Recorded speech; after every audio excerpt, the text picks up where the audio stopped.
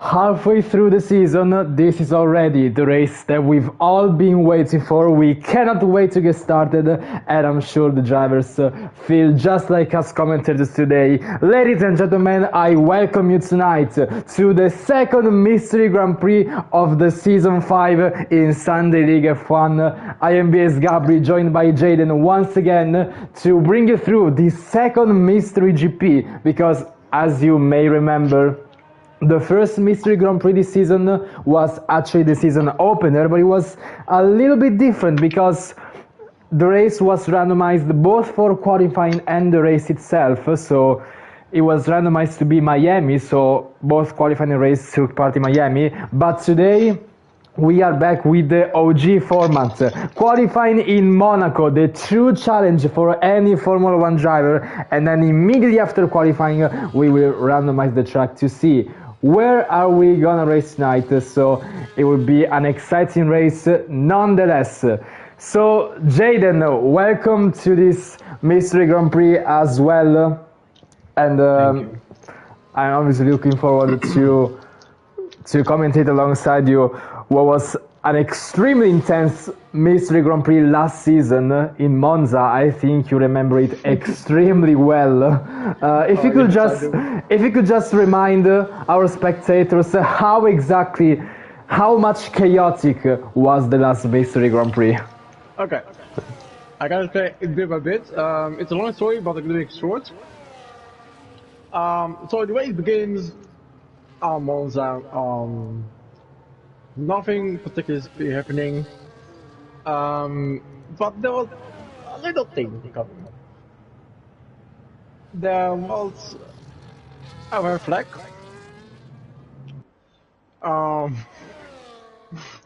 Goddamn. So there was a red flag. And what happened is, I think on the start of the red flag, someone crashed. And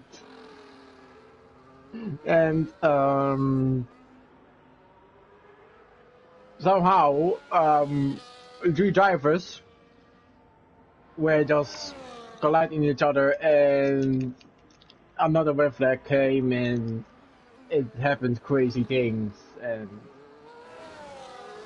that was about it. It was really chaotic, and it was really crazy, and we were speechless about what was happening. It was really, we were speechless, nothing more.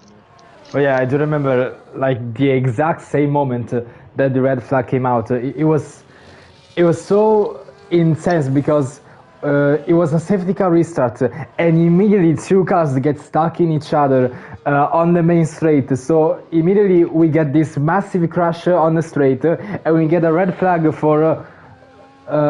We didn't get a red flag for quite a lot of time. So seeing that, obviously, it was a lot. It was very, very surprising for us, as we already have a crash at the last corner. There is a Haas of Peter stopped on track. Not exactly sure what happened there. Oh yeah, I mean, I cannot even make it in time to present this track for qualifying, and immediately someone crashes. So I mean, I should just get to the point, because we all know Monaco, the ultimate challenge for a Formula 1 driver, the narrowest track of the entire season. No room for mistake whatsoever. Any lap you want to do around here needs to be absolutely perfect. And it just becomes so satisfying when you can get that lap where you gain time at every corner, where you nail every single corner, every single braking point. You just barely brush the wall throughout the entire lap, and it just becomes perfect. And well, it's a track for qualifying, obviously, because overtaking is quite literally impossible around this track.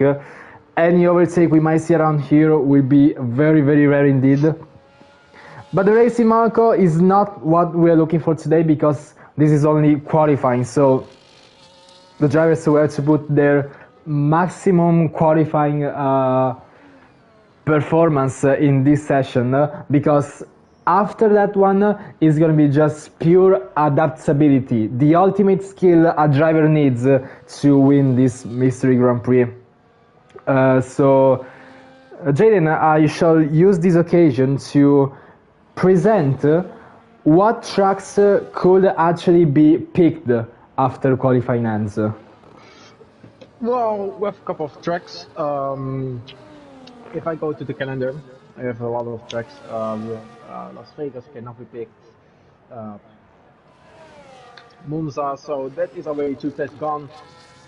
What we still have is Texas in Kota. We have still Azerbaijan, so we still have that track, Baku. We have Japan still left, Suzuka. We have Zandvoort. I might maybe going back to back home, home track, both of us. What else tracks? We have. There's a couple of more, but I don't know what news. What's going on? We have Bahrain still left. We have.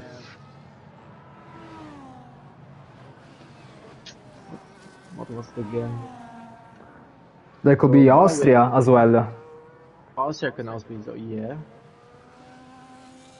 Well, I mean, if actually Austria gets picked, I think that would be the biggest sign of relief for everyone. Because you only have to get 10 corners right for the entire lap, and you just need to battle with DRS straight. I mean, it's not exactly a big skill gap at Monza, because actually Austria, because it's so easy to stay in DRS. So I think it's definitely the track the drivers are hoping for. But we commentators are definitely hoping for something different. Okay, Something. Okay, we have it. We have China left. Canada. China as well. Canada, okay. Austria. Netherlands. Hungary have also left. Azerbaijan, Singapore, Brazil, and Qatar. Ooh. So I mean, I think they're pretty balanced between the good tracks that could be picked out, like actual racing tracks with lots of racing, and then other tracks that are just like street tracks or like very difficult tracks, very narrow, where overtaking is difficult. So it's a 50-50. Yeah, it really is. And of course we have also Texas left, so there is quite a couple tracks, but also kind of annoying. There could be Imola too. Oh yeah, Imola too, yeah. Also a street track. Imola is not a street track. What are you saying? It's shit. It's shite. It's an annoying Well, track. as an Italian, I am deeply offended by this statement. I don't know. I don't love the track at all. It's give me a really weird vibe on it. I feel like I'm gonna do like a Joy Russell track crash from 2021. I feel like that. I don't know. It gives me a really bad vibe. So during this session of yapping, in the meanwhile, 9 minutes are left into qualifying, and at the moment it is always Gerbal on provisional pole position. Quick mentioning, Gerbal actually has not attended any mystery Grand Prix. I mean, he has attended the first one of this season, but the one that had qualifying in Miami. So this is actually the first real original mystery Grand Prix that Gerbal is doing with the qualifying in Monaco, and at the moment he's on provisional pole position, and his teammate Rees last season was on a crazy fight for a pole position at Monaco with Noah, who is not racing today. So it's also an important aspect for the standings in both drivers and constructors, obviously. And well, as you can see, it's only 16 cars, so quite a lot of drivers are actually missing. So they obviously won't be hoping to lose that many points. But we'll see. We'll see later on how the session goes. But in the meanwhile, Reese is about to finish his first lap. He was challenging for a pole position last season. Can he do the same now?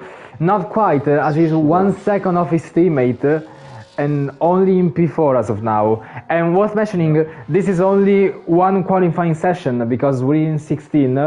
It was a full qualifying last season, but now it's only short. So Reese doesn't actually have a lot of chances to try and challenge for pole. And in the meanwhile, there is the Haas of Joel Brown being stopped at Mirabo to let the others pass. And it's also quite an awkward situation when you let other drivers pass, because you just park it in very particular parts of the track, and you like if you're not careful enough.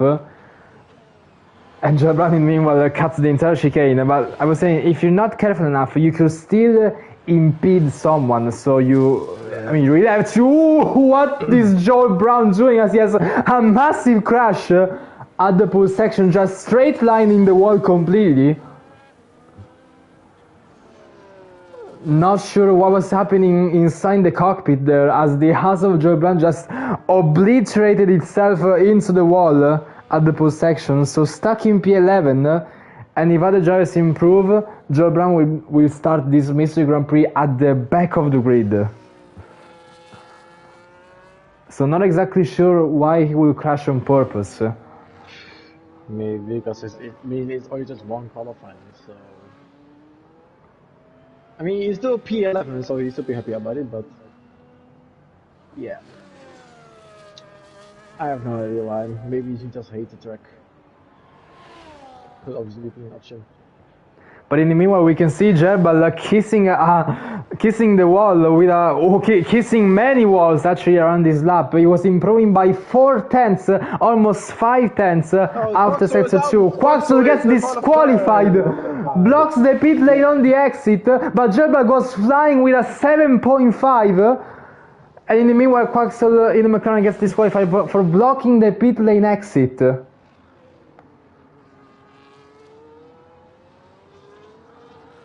So, I mean, already getting a lot of surprises already in qualifying. Gerbal being 1.1 seconds faster than P2, and with 5 minutes left on the clock, the drivers might not have that much time to improve, so they really need to rush. Yeah. With on our left, everyone else is in the left, I think. Nope. Falcon is invalidated. Alibi is was on in left. Go to third with 1.8.709. Very nice number to have on the last couple of minutes. Aiden Jones on 5th with 1.9.010. And he just cuts the chicane. Very nice. Baby Remy wasn't in lap, but invalidated. Not the best. Cam wasn't in lap, invalidated. It surprised me a lot that a lot of people have invalidated the laps.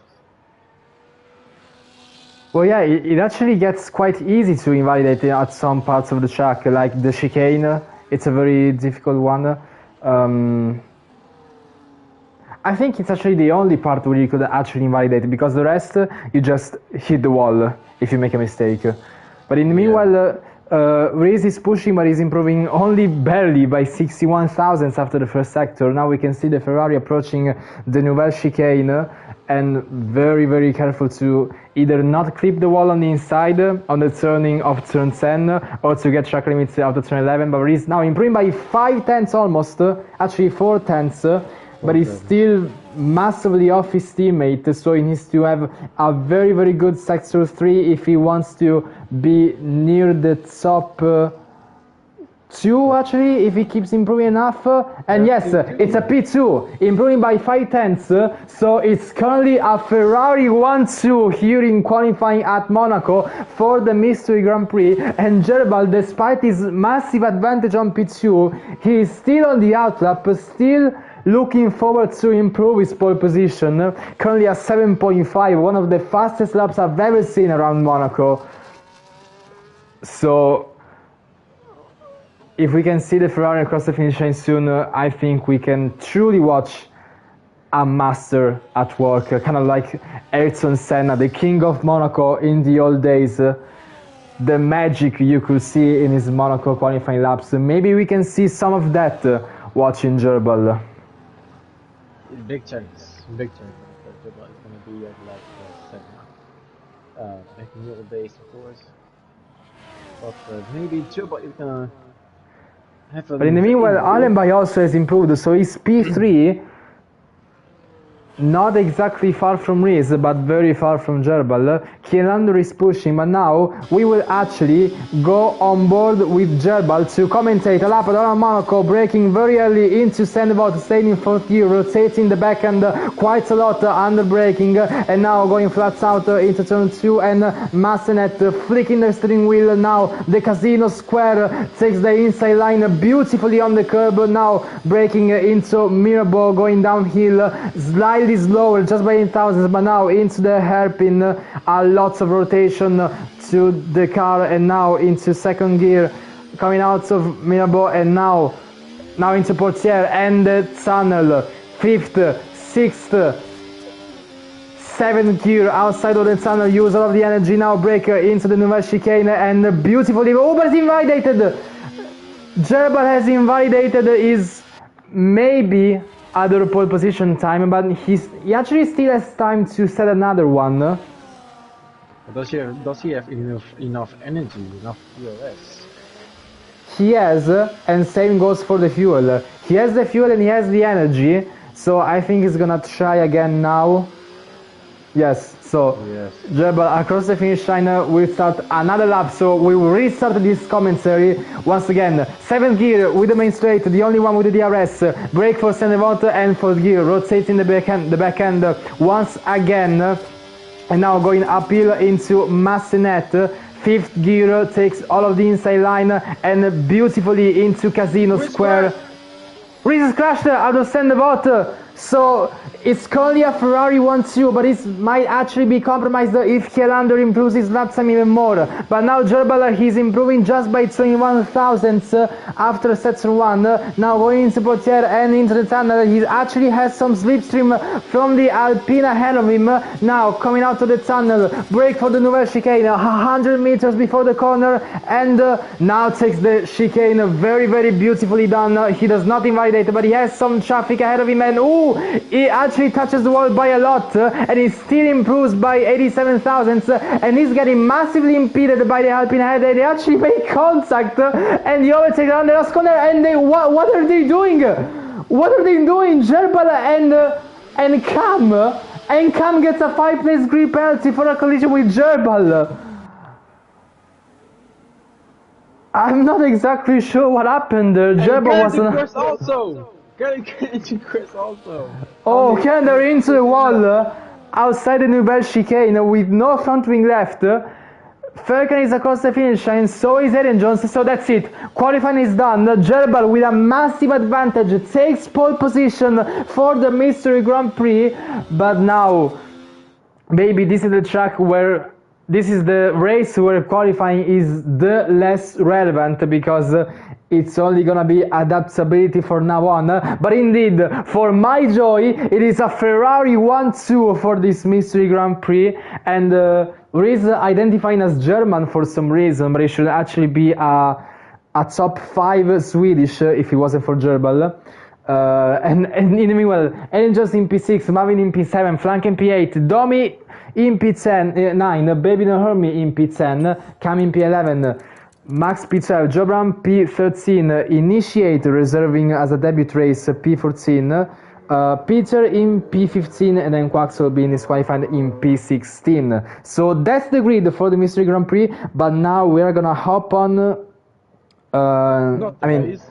oh yeah. First, we're gonna quit this race here in Monaco, and then we will go on. I think Falcon's Twitch or maybe Reese's Twitch to have a Falcon. live reaction to the wheel to see what track gets picked.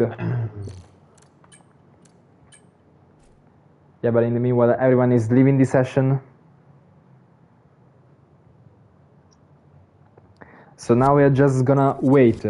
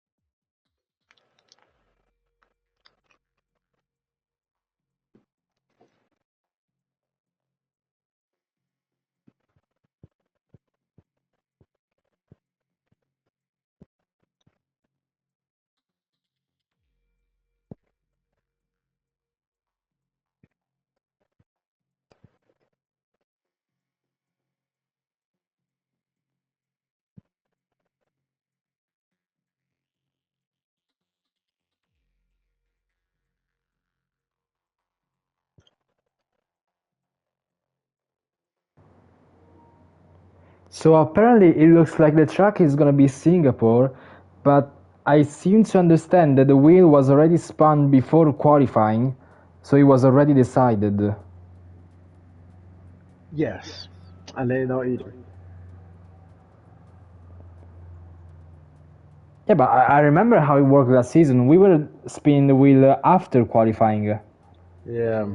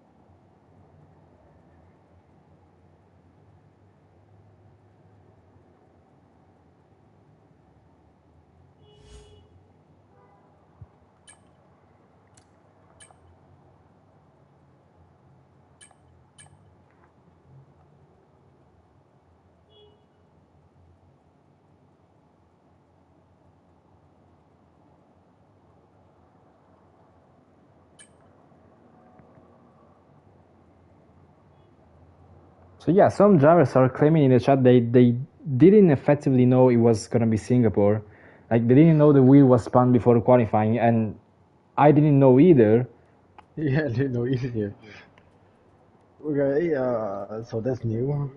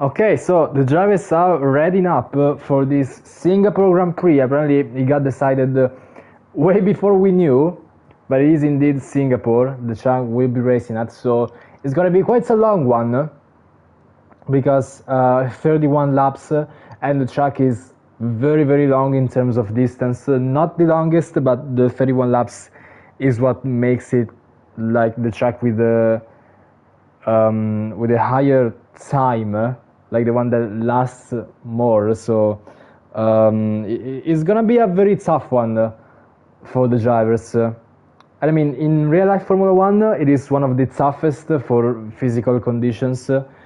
So I guess that for league racing, it's gonna be very, very hard to keep focus for 31 laps. For a street track, so we're going from one street track to another between qualifying and the race. So drivers really need to be on their toes. And there we go. We can see this beautiful dark but illuminated sky here in Singapore. So drivers are gonna have to improvise a setup pretty much right now, if they didn't have one already, and even the strategy. So they only have about half a minute to prepare themselves for this Singapore Grand Prix and for this Mystery Grand Prix, the 6th round of this season. So this is going to be also how we close the first half of the season.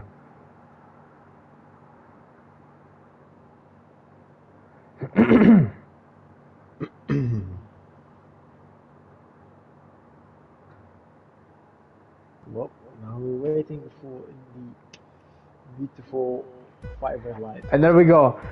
5 red lights are on. It's a Ferrari 1-2 in qualifying, and Gerber gets away very well from pole position, but Reese has the inside line for 1, but he's nowhere near being close to his teammate. Actually, Reese goes a little bit wide, but now the McLaren and the Williams of Kylian are fighting Alibi with a massive snap over steer coming out of turn 3, and he already gets overtaken by Kylian. So now it is Kylian into the podium, but already losing some important time to the 2 Ferraris ahead, and if they keep fighting, they might already lose DRS range already on the first lap. DRS is going to be enabled on lap 2, so they need to stay close to Reese if they want to open the rear wing already at the end of lap 1. But it's a very good start for both Ferraris, and now all of the drivers are going to try and keep it in a straight line and go across the finish line to see Adenbach, to see if he can keep DRS.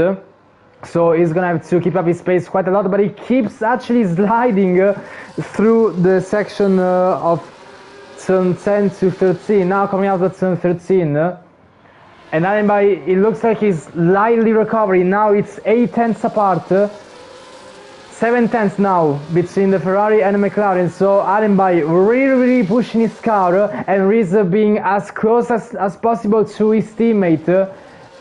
And we can see Adrian just with a look up the inside of Falcon, but he backs out just before the braking zone of turn 16. Now it's Falcon and Adrian Jones going side by side. Actually, Falcon and Marvin. Now Marvin has the outside line for 2-1. They still go wheel to wheel. The Sauber has the inside line, so Falcon still stays ahead, and DRS is indeed enabled. So Adenbach will have DRS, so will Reese, and DRS is going to be already on after turn 5.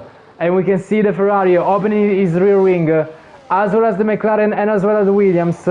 And for now, we have a DRS train from P1 to P6, as Marvin closes this first DRS train of the race, defending from Falcon just behind. The P15 from Plantinus and Peter both have wing damage. I have no idea why or how, but they both fitted for new fresh tires and new fresh front wing. And there's a yellow flag. It's a vicious safety car. There's someone going slowly, and I think it might be the McLaren of Quaxel, probably. I don't know. No, it's actually Max. Max has no front wing at all. Coming out of turn 13, the vehicle with absolutely no front wing. The furthest part of his car is his nose, with no downforce whatsoever, and the virtual safety car has been brought out. Yeah. Well, that's our first safety car of the day. I wonder how many we get end of this lap. And Initiate gets a drive-through penalty for speeding under virtual safety car. He did not respect the delta under the yellow flags, so it's a drive-through penalty for the Aston Martin, and that's gonna be massive to his race result. Max doesn't pit at all. Max doesn't He's pit? out. What? Yeah. He doesn't pit. Okay, not exactly sure what strategy is going on at VCARB there.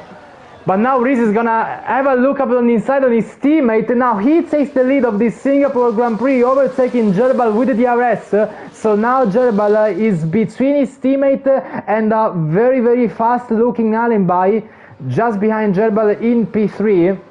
These three are the closest cars on track as of now. Kjelander needs to recover a little bit of distance from Allenby ahead, but now it is Reese taking the lead. But I do think with the DRS the positions will be swapped again between the two Ferraris. Yeah, they will continue on swapping positions. And that is, I think I saw a ghosting one, but I don't know from the side. I think it was the ghosting of Jones a little bit. I saw a ghosting, but it was in Jones, but now they go. No DRS for now on the straight. But they had the DRS a couple of corners ago. Now they go into turn. I have no idea. I have no idea what it's turn 18 and 19, the last two. Thank you very much, dude. Thank you. I'm going into turn 2 and going to turn 3. Now this is turn 3 is the most slowest corner of Singapore, which was very funny because all the other corners of Singapore are quite fast, but turn 3 is most slowest one. After getting the now, Gerber goes for the move from the outside and takes the inside, and now he's back in P1.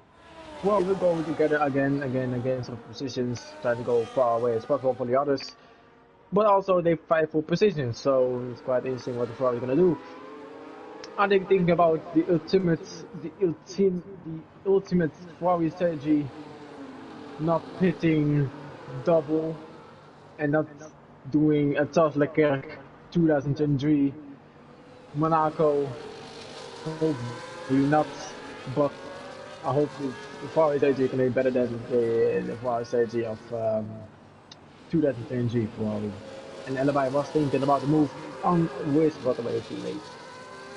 And Reese had quite a moment coming out of turn 13. It looked like a bit of a snap over he had and effectively losing some time to his teammate. Now 6 tenths between the two of them, so Reese actually has a lot of pressure from behind. Allenby, Kjelander and Aiden Jones all looking like they can go for an overtake very, very soon.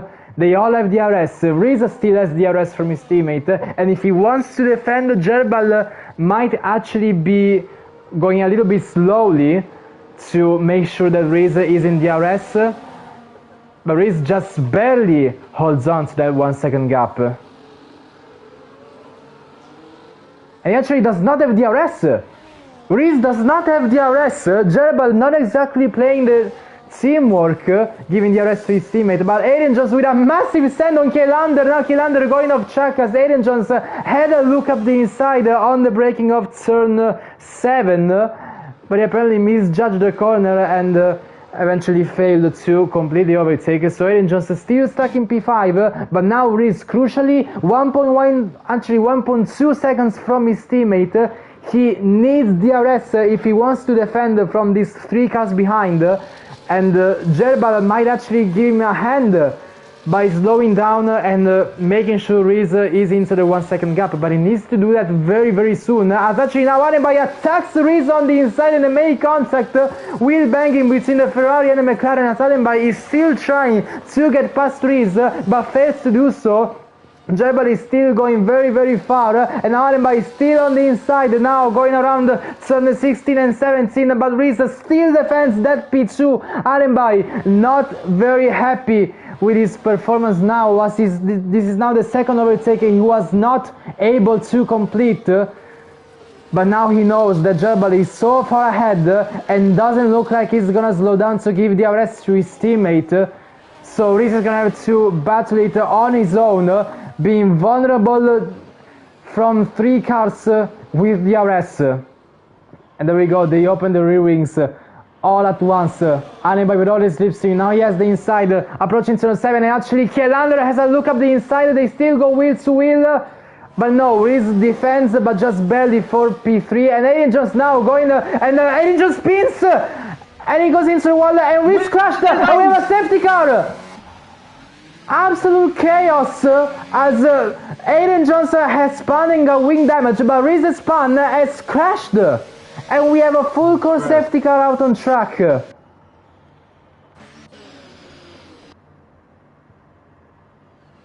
Yeah, that is the answer for Wiz.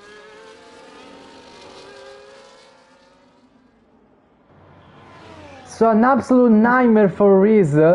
He was looking very good into that P2, but already that gap from his teammate might have demotivated him, and was defending all by himself from all of that pressure just behind, and he eventually made a mistake so costly that he ended up in a DNF. So it's a very, very big opportunity lost for Ferrari to score a lot of points. Gerbal almost crashing into the pit lane with a massive oversteer, but he keeps it on track, and now everyone is gonna pit for fresh hards to go to the end. Marvin gets a 10-second penalty for speeding in the pit lane.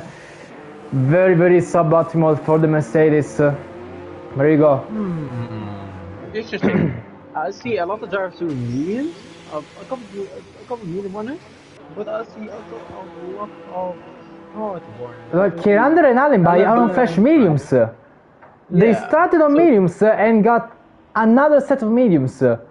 They have a chance for a free pit stop to do the mandatory compound change, but they're not doing it. Yeah, so quite interesting. So maybe they're going for a double stop. Maybe they go for softs at the end. Well, yeah, because I mean, I know Tower is quite big around Singapore, but again, I don't feel like a safety car will be an opportunity to do the pit stop for a 2-stop strategy. It should be a chance to go ahead with a 1-stop strategy. You make the hards go until the end, and the hards can go very, very easily to the end. So I'm still not sure about what strategy are Allenby and Kjellander pulling. Yeah, I don't know either. Interesting one.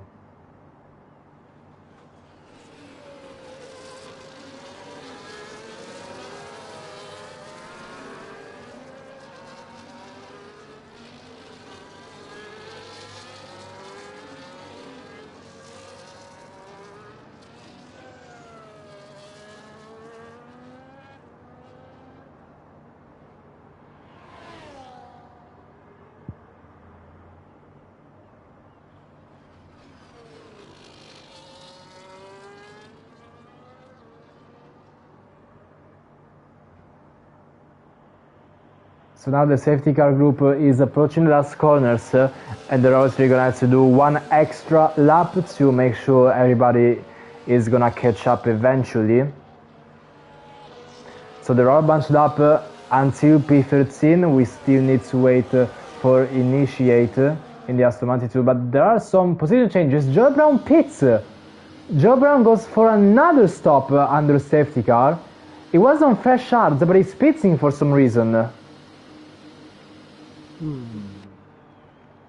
I don't know either way he's pitting, but... And he's going for fresh mediums. Oh, it's a wing change. Ooh. Maybe Joe Brown had wing damage earlier, and maybe he forgot to change it in the pits. Yeah, there might be an option. Well, but at least Joe Brown doesn't exactly lose a lot of positions by doing that, because he was in P13 and the pack was so far, so he only lost one position from 13th to 14th.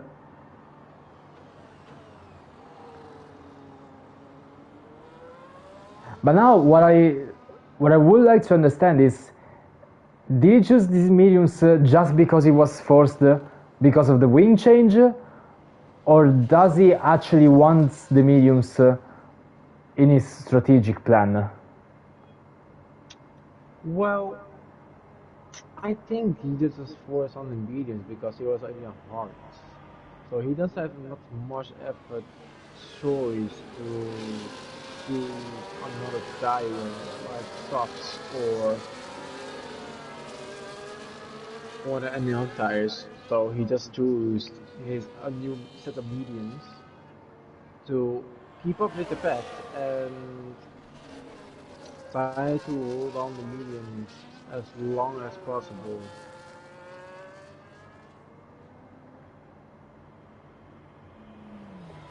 But the safety car is very, very close to the last corners, and Max still hasn't caught up. I think he's so far away, we might do an extra lap. Yeah, it might be. Yeah, it's an extra lap of safety car. Max just barely misses out. Max and Joe Brown barely miss out on catching up just in time to the rest of the field. We are gonna have another lap of safety car in this race, so we're gonna resume on lap 10.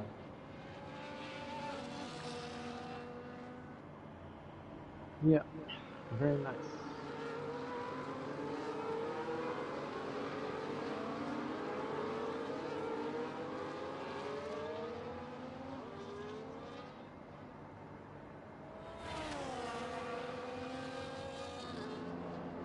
And Joe Brown is pitting again.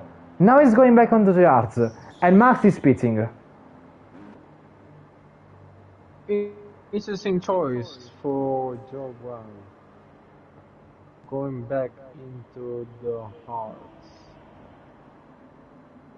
Okay, so this might mean he was not happy going with the mediums to the end, so that's why he changed it to the hards. He was just forced to use the mediums for the wing change.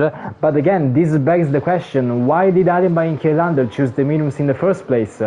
They are the only drivers who have not made the mandatory compound change. Might be because they got two options. Go hard into the end when the meters start dying, or they go on the medium and stops at the end. So double medium pit stop. Who almost squares into Jobo's butt, because Jobo braked a lot when the safety car goes into this lap, so that almost was a crash for Allenby. We probably didn't expect that a lot. But will he go into this lap? Because Max, oh yeah, in this lap, I just saw the message now. But I think that Allenby is intending to go for stuffs at the end. But they will lose a lot of time then. But we will see at the end of the race what they choose. But Jebbar goes for a very, very early safety car restart, already on the exit of turn 17, so going very, very fast and catching Allenby off guard. Peter, in the meanwhile, already gets a 3-second time penalty for track limits, but Jebbar, despite being on the worse tire than Allenby, he has a very good restart, 6 tenths already separating the Ferrari and the McLaren. So Allenby and Kjellande on this stint on the mediums, they are gonna try to push as much as possible, as much as they can, to stay inside this DRS train. And I think they could very, very easily do it, or maybe even dare an overtake if they prove to be much faster than Gerbal. But they must be careful to not being so caught up in trying to stay behind Gerbal that they make a mistake, probably like Adrian Johnson-Rees did earlier, and compromising the race result. But now, restarting on lap 10, and Velkana has already lost DRS to Kjellande. It's already 1.6 seconds from P3 and P4, 1.7 now actually, so Falcon really struggling on those hards and being attacked from Cam. These top three are the closest battle we have already on this first lap. Already been separated by the rest of the field. Now 2 seconds, 2.1 seconds between Felkan and Kelander. Now Allenby has the inside line and goes for an overtake at turn 16. He takes the inside line, but Gerber is still trying to hold it. Now feeling the pressure from Kelander as well. But Allenby has taken the lead. The DRS is enabled, so they will open the rear wing just after turn 5. And Kelander gets a 3 second time penalty as well, cutting too much the inside line of turn 1. And he gets a penalty, so now it's effectively only a fight between Allenby and Gerbal, but only as of now, because eventually the tire wear advantage will kick in at some point, and they're going to be very, very far from each other. But now only 2/10 between Gerbal and Allenby, 2.1 seconds between Cam and Kelander. Cam overtaking Felkan, so Felkan, Aiden Jones, Marvin, Flank and Domi, these 5 cars in a hectic fight for the positions just below the podium in this midfield. Yeah, the midfield is the most, I'll say, slowest ones, because they all struggle on the hard, and maybe because they don't warm up enough while in the safety car the hard. So there might be also that why they all struggle a lot. But the hard need to have time to warm up. There's like Gerbil, the hard tires of his. He's very good and goes for the inside, and he takes P1 with the DRS and goes very nice into turn 1. But it seems like the hard and Gerbil are very good, and the West is struggling very hard with those hards. But they need some time, and when they have time, they will much faster than the medium tires. So Gerber already making a move to take back the lead immediately on the start of lap 12 on the main straight with a very short DRS straight, but he still had a much better exit than Allenby, so he has successfully made a move. But look at that, Allenby is all over his gearbox, he's showing up consistently in his mirrors, not leaving the Ferrari alone. He wants to put pressure, he wants him to force to make a mistake, and Gerbal actually has a slight lockup going around turn 13, so he's actually actively defending against Allenby for this lead of the race, as long as he still can attack in the case of Allenby, because these mediums are good now, but will they be good later? And the question is Allenby actually trying to make a strategy work on these mediums to make a strategic pit stop later, or maybe is he gambling for another safety car? He might be down for another safety car, but I think he's going to be on stops at the end. I think the lead options. Maybe Hermie is probably gonna retire, because he is already, yes, he's gonna retire on the pit. So that is Baby Hermie gone. Already 2 people already retired. One is crashed into the wall, and one is retired into the pits. So 2 people already out, very nice. But yeah, back to the mediums. I think gonna be focusing on new safety car, or try and go to the softs and do a double medium pit stop.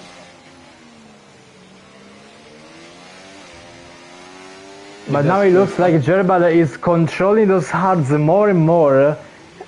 These tires are definitely in the right temperature as of now, because Gerbal is actually trying to extend the gap. Now he's 6/10, so he's looking very confident on that compound, and maybe the tire wear is already kicking in those yellow colored Pirelli tires. Avanbai seems to be struggling in keeping up the pace from the race leader, or actually no, because there are now 3 tenths. Avanbai gained a lot of time suddenly, and Kielander sets the fastest lap actually. As they say that they might be struggling, Kielander goes ahead and sets the fastest lap on those mediums. So they might actually still hold on in this stage of the race. Might be. The Venus still looks good though. What I see from Alibi. Those mediums are still looking good, so might be that the medium can go to lap 20, maybe even 29, and then go. No, maybe even lap 25, and then we'll go like 7, 8 laps on those tough tires. But we have to see.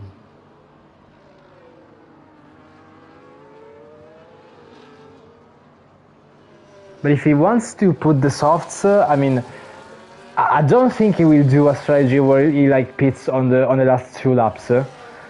Because I mean, you're still on softs, you still want to use that grip for. I mean, as long as they don't wear out so much, you still want to use that much grip you have on the softs to be very, very fast. But at the same time, I just don't think it was a smart choice to not do the mandatory pit stop straight away under safety car. Yeah, but it might so. And Joe Brown is disconnected. With Joe Brown with him. Yeah, Joe Brown. He has disconnected. He's ghosting on AI. Wait. And he just joined back. So hopefully his AI doesn't exactly lose much time from initiate and Max behind him, but at the same time he needs to gain quite a lot if he wants to be back in the points. He was in great shape in the last races, Silverstone, and especially the one before Silverstone where he got a podium. It was Spain. But he actually needs to find that form again. But he actually has wing damage. I noticed only now.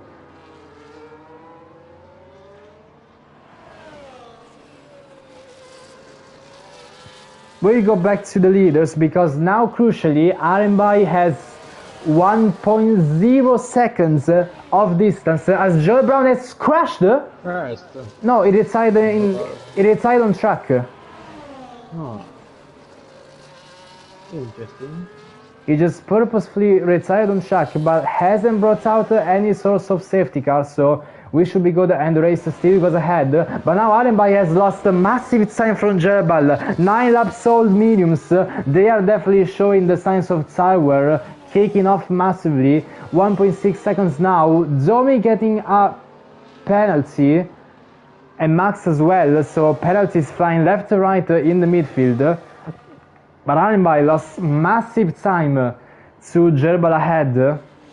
And now he's fighting with the only car that is on the same strategy as him. Kielander and Arenby now fighting for an on-track P2, but it's gonna be lost because of the penalty. But they're losing so much time to Gerbal in the lead of the race. They are gonna be hoping for a safety car as soon as possible. If they want a safety car, that's where they want it.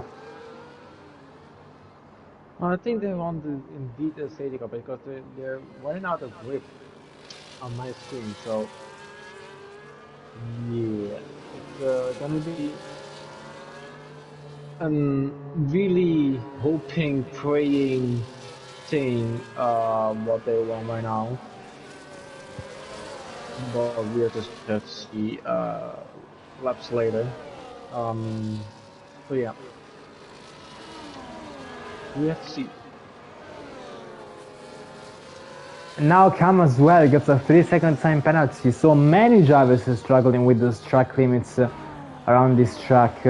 And it's actually unusual because I mean, if you push like very, very hard, I can guess where exactly you invited, but in a race distance, I mean, you tend to be to push a lot less, also because of tire wear and other factors. So even with that, track limits are still striking a lot of drivers.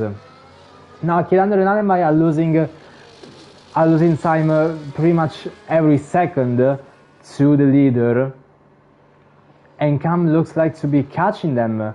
Cam very slowly catching Alembai, 2.4 seconds. I think he gained a couple of tenths earlier. But we still have this midfield fight. We have Aiden Jones, Marvin barely onto DRS. Aiden Jones, Falcon and Marvin fighting for pretty much a P5 now. Yeah, they're fighting for P5, but it seems like they don't have the powerful or like the base for P5. Especially Falcon. Falcon is doing very great on the last couple of races at Australia. Average right now at season, but this time he is just falling off the pace at Singapore. He's only 6th though, but Alembai is now pitting. Alembai is pitting. And what does he choose? Hard. So he's going to get. So it's quite interesting what they do as option. I mean, he will be slower. I mean, it will be fast, but it's still a very big risk if you pit right now. But I still don't understand. If you were planning to go medium hards anyway, why do it on a 2-stop instead of a 1-stop? That is the question you need to answer, but I have no idea why he just do that. I mean, sure, he has a massive tire advantage on those hards. He's definitely gonna have the fastest tires of the entire grid now. But if he has a safety car now, he's screwed. But even if he doesn't, you still have to overtake half the grid, and this is not exactly the track where it's the easiest to overtake. I seriously do not understand that 2-stopper. Yeah, me either. I have no idea why we just stopped for shooting, but yeah, it is what it is.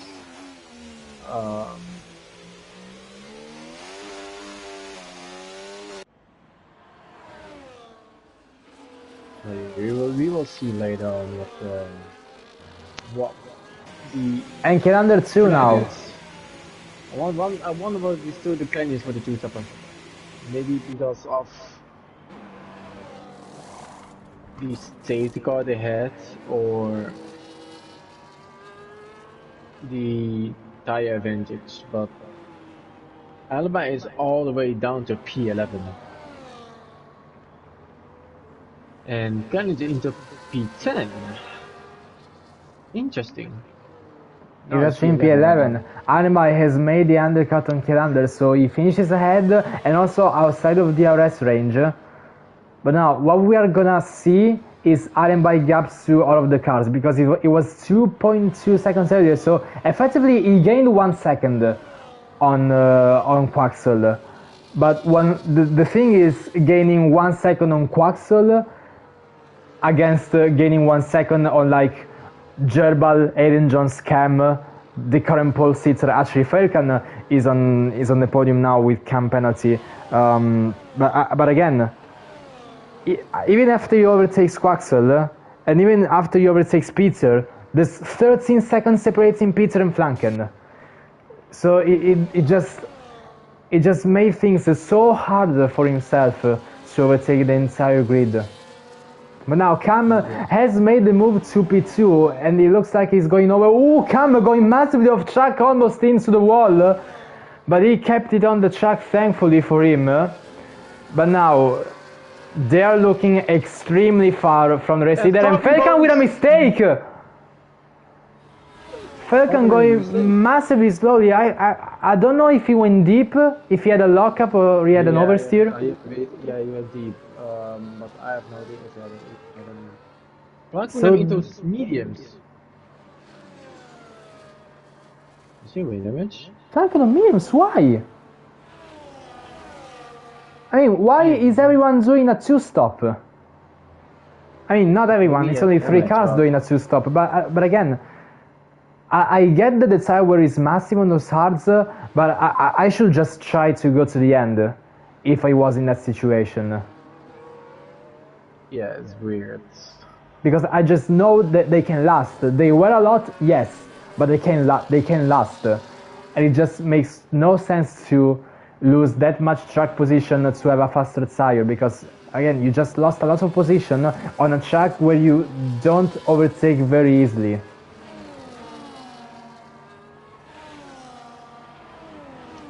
Interesting. Yeah. Lap 21, out of 31, 11 laps to go on this Singapore Grand Prix. Jumbo in P1 with 7 seconds lead out of Aiden Jones, fighting with Cam, fighting for P2, and Falcon fighting for P3. And then we have Marvin fighting for P4. So we have kind of a 3-man situation fighting for one position now.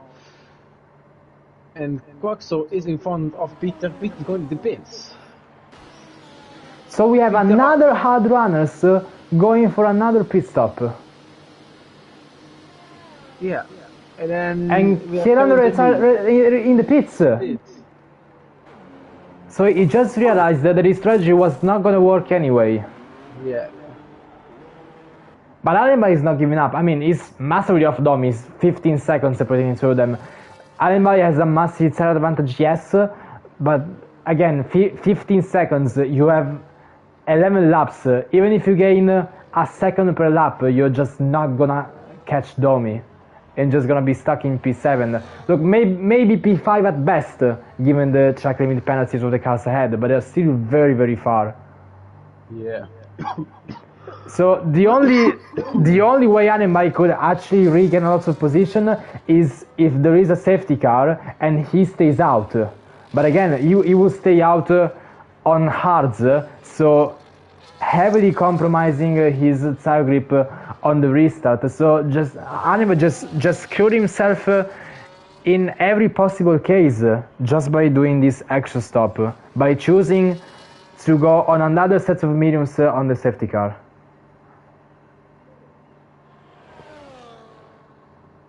Yes, he did. But it might be working out.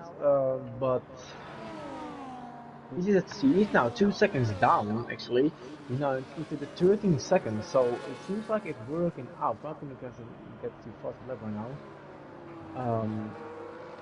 But his strategy might work out. Maybe goes into P4 if he has the power to do that. But we just have to see.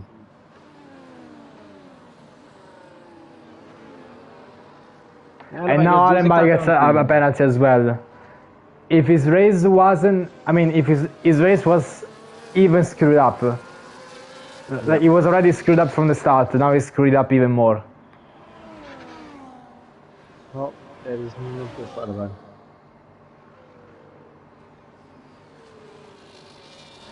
But we do have Cam and Aiden Jones fighting for P2. Cam has the penalty, so this position is not effectively gonna last at the end of the race. But it will if Aiden Jones and Fel can get a penalty, so he's definitely gonna be hoping that the drivers behind Aiden Jones and Fel can get a penalty, because it would be one crazy I mean, Cam is pulling off a great performance, I have to say. You don't exactly see him often into P2. But that track limit penalties, he would just drop into P4, just vanishing a beautiful performance that he has been putting off in his race. Yeah, I mean, Cam is doing a very great job right now, but that Drew's second time penalty is just winning him. But overall, he did a very good job though. It's lap 23 and after the one, it's 8 laps to go on this beautiful track of Singapore. And Cam in P2, we never see that before, ever in our lives. No, we never seen it before. Cam was fighting for the win in the Mystery Grand Prix last season in Monza. Oh yeah, he actually won on track, but got demoted to P10 for a lots of incidents that were penalized by the stewards. So it just looks like Cam has this aura around of him of performing crazy well in mystery Grand Prix, but getting his results ruined by penalties. Yeah. And now it's back to Cam versus Ian Jones back again, and Marvin goes into the pits and goes to. And we have another hard runner for another pit stop. Oh, he's having a penalty. He's a penalty, 10-second penalty. Oh yeah, he had the speeding penalty. So he's gonna have an extremely slow pit stop, and now going on the softs to definitely have a chance for the fastest lap. But again, he's dropping down by 2 positions. So even if he gets the fastest lap, he just lost more than he gained. Yeah. Like there are, I have to say, there are a lot of questionable strategies I've seen in this race.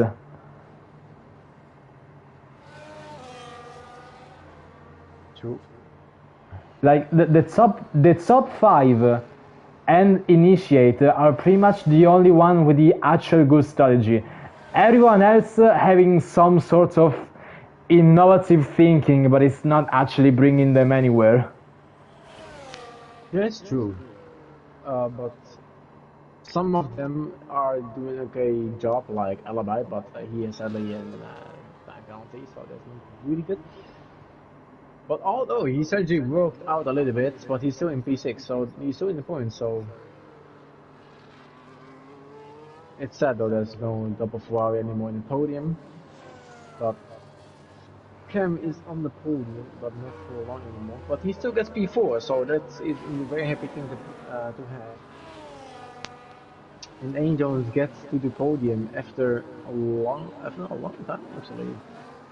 Yeah, Angels has been missing on the podium for a lot of races. Yeah. And but initially is crashed! Do you have a safety car? We have a safety car! A late safety car on lap 25! This has completely ruined everything! This has changed the entire race completely! Everything has been turned upside down! Everyone needs to pit on softs. Everyone is surely gonna pit on softs to the end. Yeah, must be. Now we have a safety car after a couple of long laps. Since the lap 10 we have no more safety cars at all. But now we have a safety car. A race that was dominated by Gerbal from start to finish now is actually at risk. Could it actually be at risk as we're gonna have a sprint of 5 laps probably?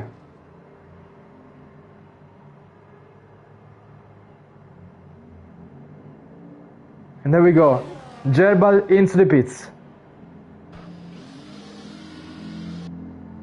So is Cam, so is Alien Jones, so is Falcon. Domi in as well. Allenby surely has to pit. Like, even if he screwed himself with the strategy, he surely needs to pit now. Because he can keep up the pace with the new tires, so yes, indeed. Yeah, he's going to pit. Everyone going on fresh softs.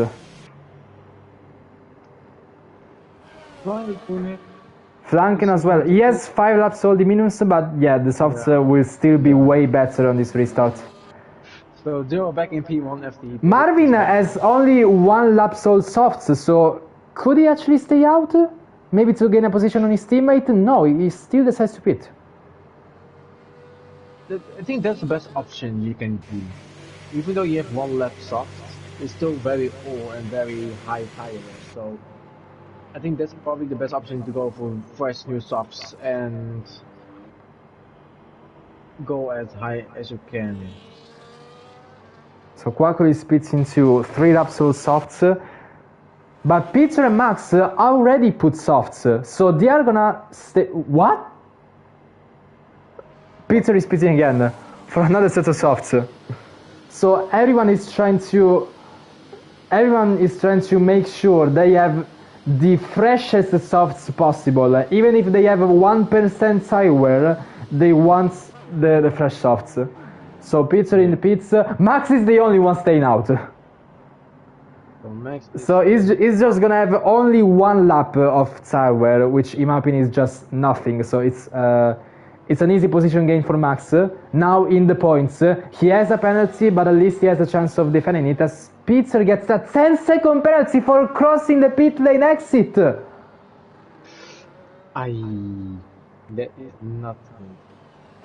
So that is surely a point finish position for Max. Or actually no, if Peter actually decides to go into the pits again, to put another fresh sets of softs and serve his penalty, because since the tires are not being carried over from qualifying in Monaco, everyone has 3 sets of softs, so Peter could actually go back into the pits, use another set of softs, serve the penalty, and still have a go to score points to attack Max.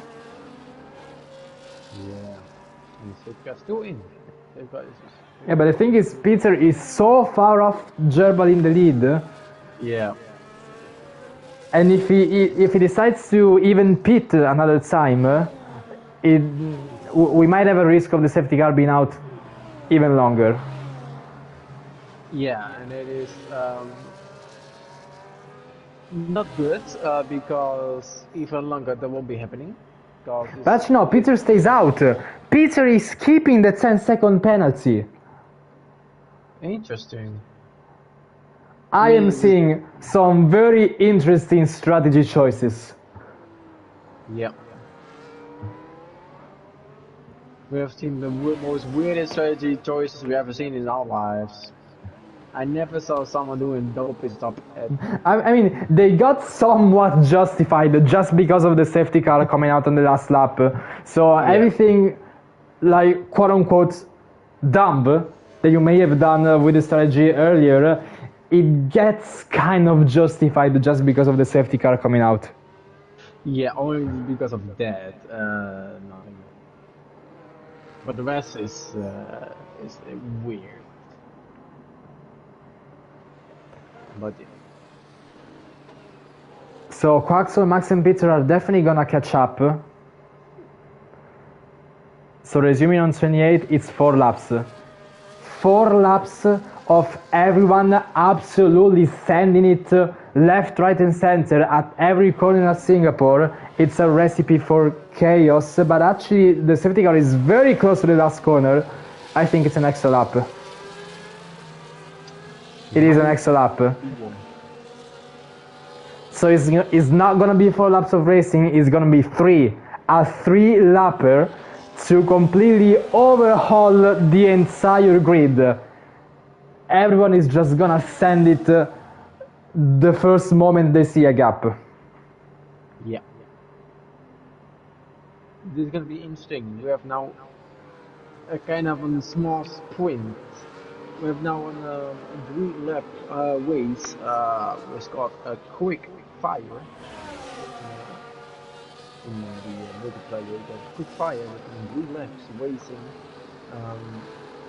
So yeah, kind of interesting what they're gonna give. Are they getting all, or they're just like waiting for the last lap and then give their all and just go full limit as much as possible?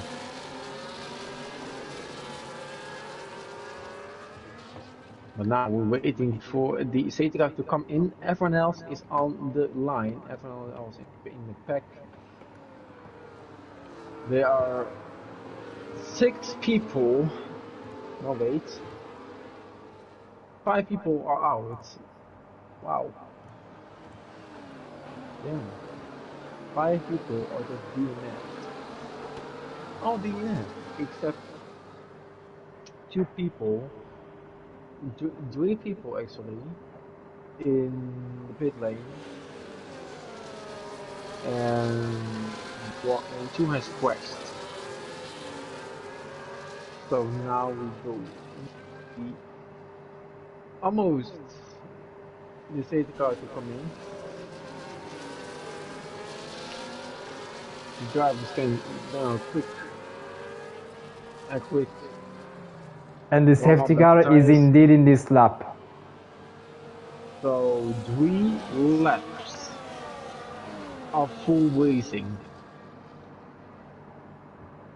I think we're gonna actually see 3 laps of pure chaos then racing here in Singapore. Everyone on the same set of softs. We're gonna see overtakes absolutely everywhere, and Gerber has already restarted exactly where he actually does a brake check just before turn 18 to try and catch Cam off guard, but Cam has actually reacted very well, as they're only 3 tenths apart, but Alien just has reacted even better to Cam just ahead of him, only 3 tenths between the Red Bull and the Alpine, but Falcon as well is trying to put pressure on Alien Jones as much as he can. Dominating by they both have penalties, so the track position between the two of them is gonna matter a lot, but they will eventually lose positions later on as everyone else overtakes them too. Allenby completely on the gearbox of Domi as a look up the inside, then McLaren standing it into on the inside, and Domi goes wide at the exit outside of the curb, and now Allenby on the outside, now switching back to the inside for turn 9. Allenby and Domi going wheel to wheel for half a lap, and they are still side by side going into 10. They still battle side by side, but Allenby gets ahead, and now Domi being pressured by Flanken almost being squeezed into the wall. Domi being passed by Marvin as well. Domi will definitely not be happy about battling with Allenby, losing him 3 positions, and Allenby with a snap overspeed as well, losing a lot of important time from Falcon and losing out on the DRS, as now the McLaren is gonna have to escape from the 2 Mercedes and also the Williams of Domi, who will be fuming about that overtake that lost him so much time. Now standing out inside, Flanken gets a penalty as well, so track limits still striking the Mercedes team, but Gerba sets the fastest lap and already sets a gap 1.1 seconds. Cam is trying to push to stay in the RS range, but there's still not much he can do. 1.3 seconds, so he's actually not gonna be able to attack Gerba. He's only gonna have to defend against Aiden Jones and Falcon, who immediately have DRS after turn 5. So Aiden Jones taking the slipstream from the Alpine, but actually Allenby and Flanken battling even more. Allenby still defending the inside line on a huge comeback drive after his strategy mistakes, but he still has the penalty, so P5 will be likely the highest result he can get, just trying to defend from the cars behind, so just needs to bring home this P5, while Cam is gonna have to hope that something goes terribly wrong for either Gerbal, Aiden Jones or Falcon. Yeah, the top 5 battle is just on, especially the top 4 battle actually, from 2 to 4. The 2nd to 4th is actually the Dream battle with Aiden Jones and Falcon. They both are gonna have podiums, but the question is, who's gonna be higher in the podium? Is it gonna be Aiden Jones or is it gonna be Falcon? Because those two are making a fight for P2. So it's gonna be those who are gonna be fighting out, and then you have Analyze going away from the double McLaren, the double Mercedes, and the Williams of Dominic Newson, and then with But now Aiden Jones has the DRS and goes actually for the outside line of turn 7, going wheel to wheel with the Alpine, but he still cannot complete the overtake, and Falcon is trying to stick his car somewhere as Cam goes actually into the wall, and Falcon is trying to have a look up around the outside first of Aiden Jones, but he actually gets overtaken back by Cam, so Aiden Jones with quite an aggressive overtake from turn 7 and onwards, and Falcon being stuck behind the Cam with the penalty, and Falcon with a massive slide as well, coming out of turn 11. Now approaching the last lap, Gerbal has been dominated this race from start to finish, but you're still watching this fight for the podium. Cam has DRS, but even overtaking Aiden Jones won't won't be doing much good to him as he still has the penalty, or maybe we'll see if he gets it removed it later, but I think we'll see later on. But Cam is still trying to hold on to that P3, only on track, but it's not gonna be enough. But that P1 can only belong to one car, and it's Gerbal once again for the 6th time in a row this season. And Aiden Jones goes back on the podium after a very long time in P2, and Falcon just 3 tenths behind, closest in P3. Cam with a beautiful performance, just sadly only barely misses out on the podium in 4th. If it wasn't for that track position, it would have been one heck of a performance to remember from Cam. But again, he tried to push as much as he can, but on the top step of the podium, we can still see that man in red for the 6th time this season. He's still yet the only race winner of this season. 6 in a row, 8th in a row considering the last 2 from last season as well. So again, spraying champagne in total dominance. Even 2 mystery Grand Prix were not enough to knock Gerbal off of the top step of the podium, so he gets those 25 points for himself. Once again, 26 actually with a dominant fastest lap. So absolutely nothing you could do against him. Marvin closes in P5, a very solid performance from him as well. Allenby with a few mistakes here and there, especially with the strategy. The safety car could have salvaged him, but it's only P6 for Allenby. Flanken in P7 and Quaxel finally getting some points. Starting in P16, a very good recovery, closes in P8, and it's a double finish in the points for McLaren. Must get some points as well, P9, 2 points for the V-Carb, and 1 point for Williams with Domi reserving. He finishes off in P10. And what a race that was! A race that was, I have to say, mostly strategic blunders, but became such an intense sprint at the end. But it is still, again, the same race winner we are somewhat getting tired to see in first position. But again, an extremely dominant performance from Gerbal. Yeah, it really is a very dominant performance from Gerbal. And I think it's a season over for Gerbal. Actually, he already won the championship. You can already say that it's already a Gerbal season.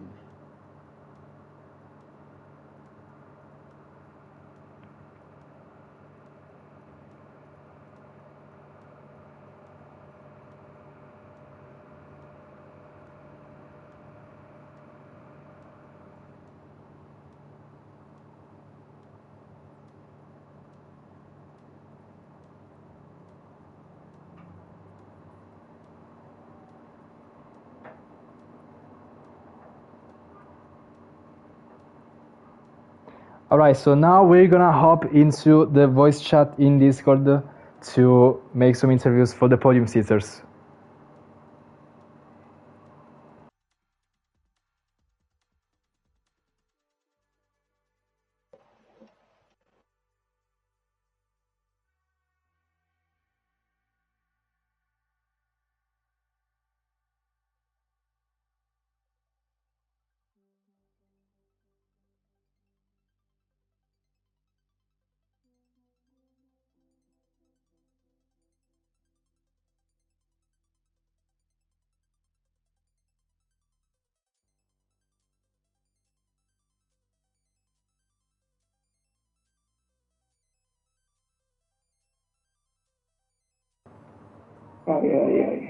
And there we go. We all have with a quite funny soundboard. We have our podium sitters in the voice chat, and we will be starting. I'm gonna be honest. I can barely hear you. What? Yeah, seriously? Can you not hear me now?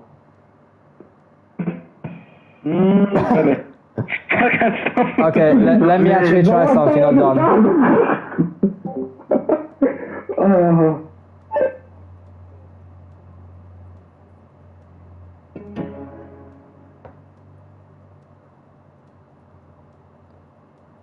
Okay, it should sound better now.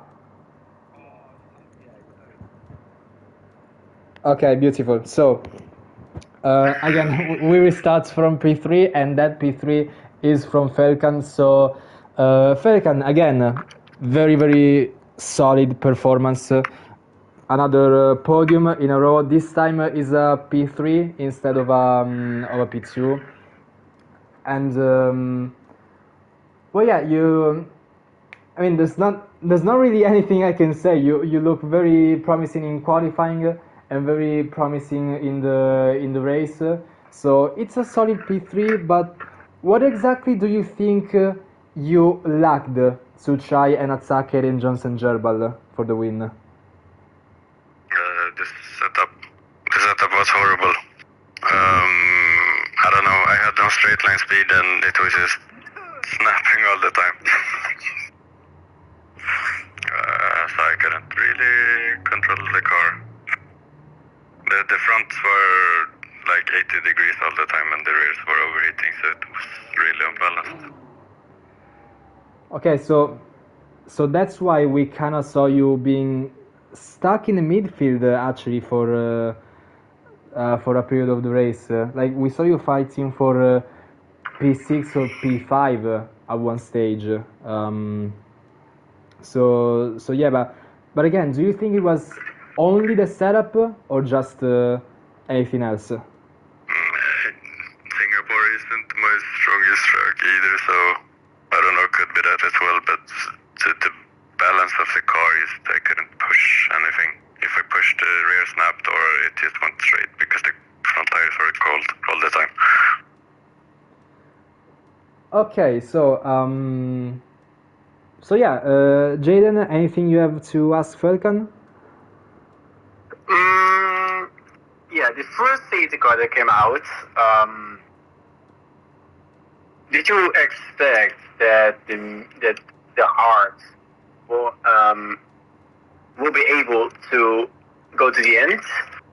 But did you really focus on the tire wear also when you go into the Heart? I thought the Hearts could last till the end, and they would have lasted till the end, but yeah, I didn't focus on tire wear, but I was better off than Jerbal because we were in the VC, and I was sliding all over the place, and I had 10% less on my front right than he had at the time, so I was kind of fine on tire wear, but I was just really unbalanced. Alright, thank you.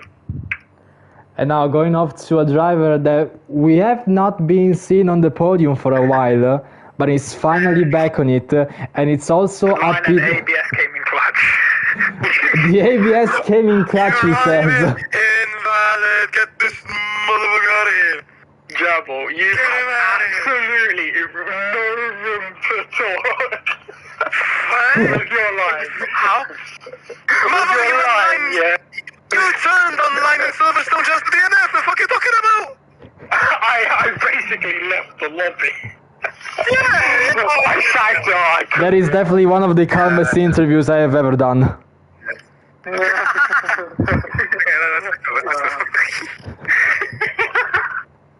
Okay, so Aiden, I obviously guess you're pretty happy about that one finally being back on the podium. But I do have to say, your Monaco qualifying looked very, very strong as well. So, do you think this race result was heavily helped by qualifying, or do you think just your race pace and consistency was enough to bring it home for P2? I thought it was hindered by my qualifying, I'll be honest. I just got the race. I basically got stuck in traffic for the most part. Well, maybe not before the first safety car. It was basically similar place. I wasn't really stuck in traffic, but after the first safety car, I was pretty much stuck in traffic the whole race. The qualifying, it was good compared to previous ones, but previous ones have been absolutely tragic. So, yeah. It kind of got hindered by the qualifying more than anything. But the race pace was quite good as well. And about being stuck in traffic, there was Cam who put on a very good fight in P2, but he did actually have the track limit penalty. So, do you think it was mainly Cam that slowed you down? Like, do you think if you and Cam could have worked together, do you think you could have eventually catch Gerbal? No, hell no. No. So just completely honest. Hell no. No, I don't know what to say, no. What you want me to say? Hell fucking no. Next question.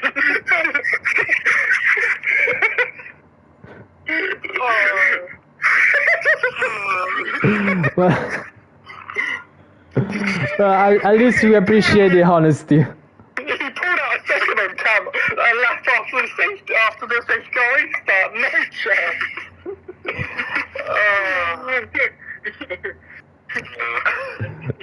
Okay. Oh, God.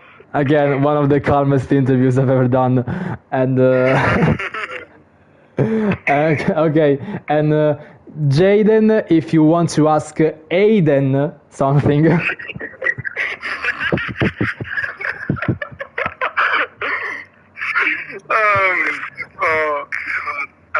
Where should I begin even? A couple of questions. You need a breather.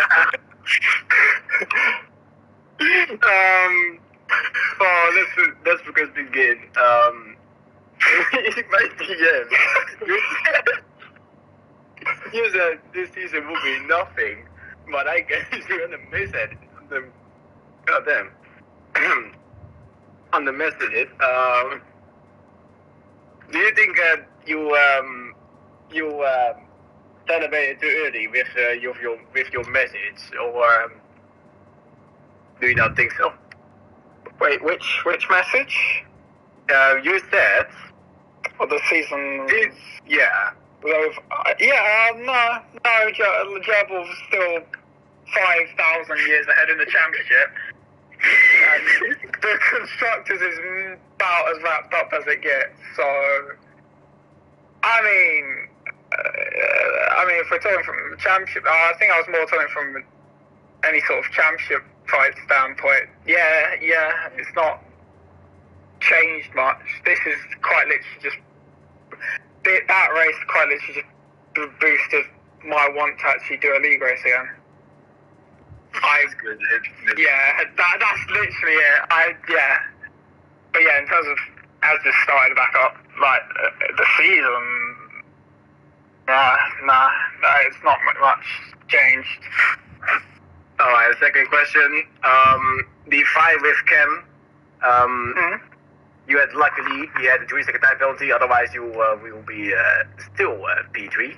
But if he didn't have the 3-second time penalty, it was of course the 3 laps race with the safety car.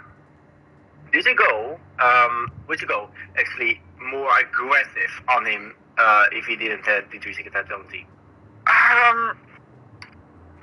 So I think Falcon said something about the setup, like when he it was something about he couldn't be on the edge of or like couldn't push the car.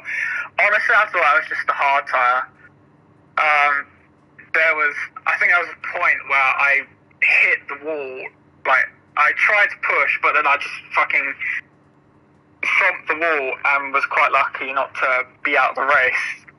They were okay, the hard tire, but I don't know. It was a bit of both. I could have been more aggressive, but at the same time, I would have probably risked the DNF. And also, Falcon was quite close to DRS behind, so I didn't want to risk it being a three-way fight for second, because then it's quite hard to manage battery and etc. Well, thank you very much. And yeah, this. It was a good lap. Yeah. I hit do all every lap.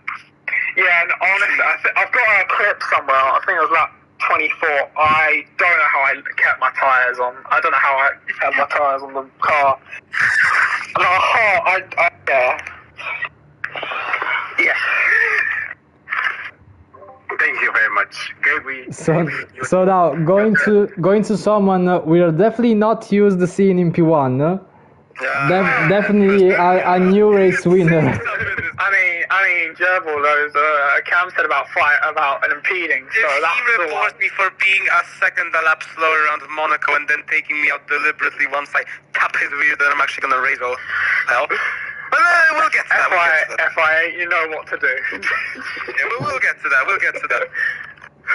Yeah, okay, well, I mean, Gerbil, 1 second from P2 in qualifying, being in P1 in the race from start to finish, so really not much I can say, but what am I gonna ask you are gonna be some pretty straightforward question you have to answer yes or no. So, first question, is this the most dominant drive of your career? Oh, no. Use a no. No. He says no. Okay. Second question. Second question. You've won 50% of these races in this season. Can you go for 100%? Yes or no? No. No 0.5. No. No 0.5. No, because it is possible if I keep having. But no, I don't think so. No, I'm not winning all races. No way. It's like betting under 1.5. I am betting under 0.5 slaps for the rest of the season. Okay, and the third question, a bit controversial, but I'm gonna say it anyway. Is your teammate underperforming, yes or no? Not at all. Not at all. No. Okay. I think Riz has just been incredibly. Can I elaborate on this question? Yeah. I think Riz has just been incredibly unlucky. Today he was taken out by a clipping glitch, and he was running very well. In Miami he DNF'd in qualifying, or DNF'd in qualifying. He had to restart his game because he had no force feedback. In Jeddah, sure, that was a lapse in performance. In Australia, he had to do a lap on controller to get out of Q1, which he managed, which is just a achievement on its own. And in Spain, he did a last to first and got taken out by Baby Don't Hurt Me through no fault of his own. So if I was to put, it was probably only Jeddah. He lacked a teeny tiny bit of pace. But other than that, he's just been incredibly unlucky with people either taking him out or the game having a personal vendetta against him.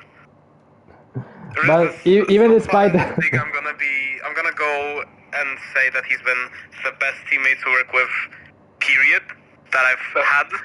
Let's be honest, it's not a long list. It's basically Wiggers, It's not a big Mothers, list. Space on Hayes, and Wiggers again. Those are my teammates. So yeah, definitely. So it's basically Ghost in the Mist, Casper the Friendly Ghost, and the race. Good. Yeah, basically. But I do think even with your, you're now won again the entire first half of the season. You still think Constructors is pretty much in the bag, even if Riz got these problems in these races so far. I mean, he's scored more points in 6 races than the entirety of the second seat at my team for the past 3 seasons. So I'm not complaining, man. It's actually, he can sit out we talked about this today, he can sit out the rest of the season, have a nice margarita on the beach, and I can finish the season, and there's a very good chance I still win. Because this is just the biggest second driver points haul that I've ever experienced in this league. And what's the first one? Alright, so... What's the first one? You said second biggest. What's the first? No, I thought first. I think I said... I think he meant for biggest points tally. Second driver, yeah. That's what I meant. Probably second was Wiggers season 1, very underrated. Motherfucker won Mexico. That was the best race of the entire league. Let us not forget Mexico season 1. The streets will never forget winners. Okay, I'm going to be honest. Like 90% of the people in this chat, in this voice chat, do not have a clue what race. I mean, to be honest, me and Jaden are actually missing out on a lot of lore before season 3. The lore from Mexico season 1 was basically Wiggers outpaced everyone by 3 seconds and was faster than Jarno Opmier won the race. I don't know. My personal favorite is Brazil season 2. No, fuck off. My personal favorite is Japan. Specifically the ticket channel after. Yes. Okay, so putting aside the internal conflicts between Gerbil and Hayden Joyce, I am done with my straightforward questions, so I'll leave the questions to Jaden now. Alright, the first question, Gerbil. The brake check after the safety car restarts. What was brake check?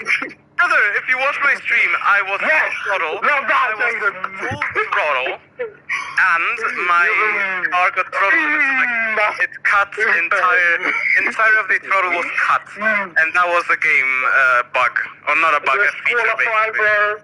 All races. Alan B was sleeping like a baby, singing his fucking lullaby. He was 6 steps back, so it didn't even affect him. He did decide to box from mediums to mediums. I don't think I've seen a worse strategy call in my life. He's my goat. That strategy call is one for the books of history. How much did you pay them to get that strategy? I paid him in the entirety of 17.89 Vietnamese dong to put on mediums again. I just threw a bank note of that amount, especially that amount, printed personally for me at the mechanics to put on mediums. Well, the second question, when the safety car restarted, the Alibi and Challenger were both on mediums. You were the only one on hards at front, in the front row, including not the middle row from 5th and 4th. What was your reaction on both of them going mediums behind you? Well, first of all, I thought it was incredibly funny. I'll show you. Oh, they have 3 wins, thank you, lad. No, they got no chance of making up that advantage. And then when Alan B overtook me and tried to switch away, I thought it was just adorable. And I just stuck in his DRS, his tires dropped off after like 3 laps, and then I got in front of him. He stayed in my DRS for a while, just breathing in the exhaust fumes from my Ferrari engine, and then I'm gonna be frank, I just fucked off into the distance because his tires dropped off. And then he pitted and came out in traffic, which was, very entertaining to hear about in the VC. So much for that jinx, Gerbil. Oh no, you jinxed me now, aren't you? I mean, if Kowska decides to win the tickets, so I mean, it can happen, it can happen. My 6,000 point gap to second is over now. If I lose another win through penalties, and it's again to you, I'm actually going to start betting money. Oh yeah! Yeah, Belgium! Bullshit ass, I was, I think, the only driver to reach a penalty point limit and get a 5-stick. Oh, please. Oh, you hold bullshit ass. I'll be asking for all the questions. I was actually kind of wondered. Everyone was struggling on the hearts. You were on the heart. Did you just warm up enough your heart, or did you just do a grip boost at your heart? Did you go not spinning, not any snaps? What was your thing about the hearts, man? Well, I had a bunch of snaps of oversteer, causing many ear infections to the people in the VC. Yeah, but no, I just tried to consciously put on throttle. It wasn't working at all. My tires were screaming for mercy. I tried to whisper to them. They were not listening, so I had to shout at them, and then they behaved. So you could just not go on the floor at all. I was, once again, same as in Spain, I was the tire shouter, and they somehow listened.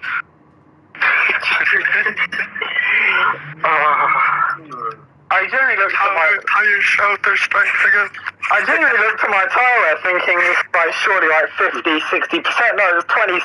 No, I was like 34% by lap, like a couple of laps before the safety car.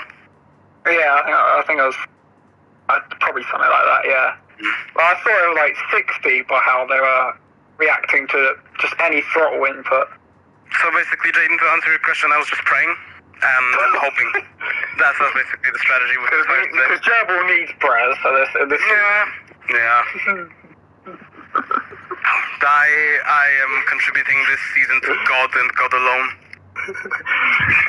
100% Jesus. Can I ask a question? Gabri, what makes you think Cam had the pace to catch Gerbil? You know, I have this theory. Hear me out. Cam was fighting for the win in the last Mystery Grand Prix and lost it because of penalties. It was the same time here. He had a crazy performance. This is the Mystery Grand Prix. He had a crazy performance once again and lost that performance because of penalties. So he just has this aura around him. Gabri, you said the last Mystery Grand Prix. I didn't mean this one. I didn't mean the one in Miami this season. Like the actual Mystery Grand Prix with qualifying in Monaco. Yeah. I think Ferrari crumbled that race, didn't they? Crumbled. Yep. Yeah. So before I go ahead and close, I actually have an extra question for all three of you, just out of curiosity, because next race is my favorite track. It's Spa. Is it your favorite as well? Hate it for my entirety. I like it. I'm gonna dive on Yerbal into turn 1, even if it's not Please don't. Alright. into turn 1. I'm gonna do the here comes Sebastian Vettel. Please don't. If you could do Grosjean 2012. Yes. Yes, that'd be good. No. The only way to stop Gerbal. He's turned into a part-time commentator for a race, part-time podcast, isn't it? This is my podcast now. This is actually Jaden. Yeah, Gabri, I have a question for you guys. Max Verstappen podcast. How was it to commentate that race? You're now getting interviewed. How was it to commentate that race? I mean, we were questioning, but like outside of the top 5, we were just having a banter at everyone's strategies.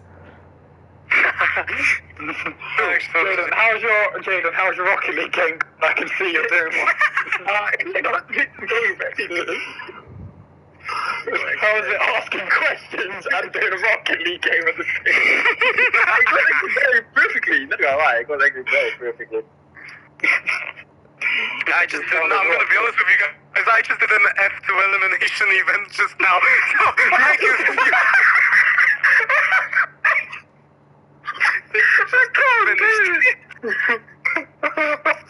Pure ADHD brain. Can't focus on the questions unless I'm watching the Family Guy clips. Let me.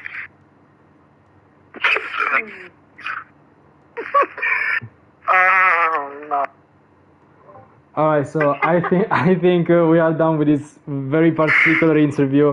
Podcast. Yeah, pretty much. This is a quarter of a podcast, probably.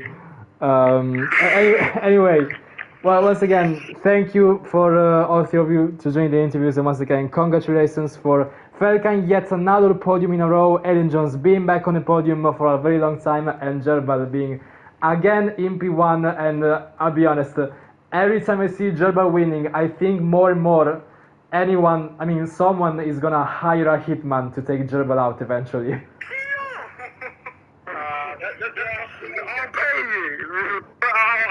But aside from that, this has been the Singapore Grand Prix, the Mystery Grand Prix in Singapore. We will see you again in Spa-Francorchamps. So until then, have a good rest of the week, everyone. Goodbye.